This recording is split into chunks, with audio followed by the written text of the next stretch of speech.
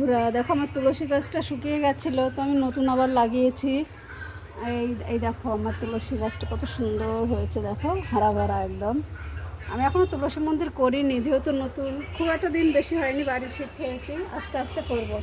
এই দেখো আমার ছোট্ট একটা ফুল গাছ, এটা গোলাপ ফুল গাছ, এই সাদা ফুল গাছ, ওই দেখো সাদা ফুল, ছোট্ট একটুখানি জায়গা রেখেছে এখানে আমি একটু ফুলের গাছ লাগানোর জন্য।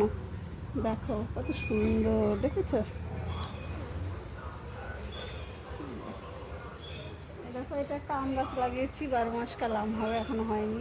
আর এই দেখো এটা একটু বিদেশি লঙ্কা, ঠিক আছে? এর এত ঝাল, মানে এর একটা লঙ্কা দিলে তোমার মাংসে আর কোনো লঙ্কা লাগবে না।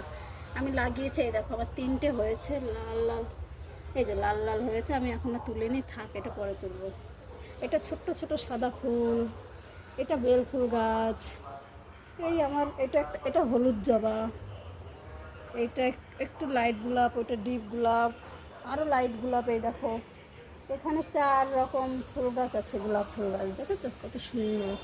যখন ফুটবে দেখবে, দেখো।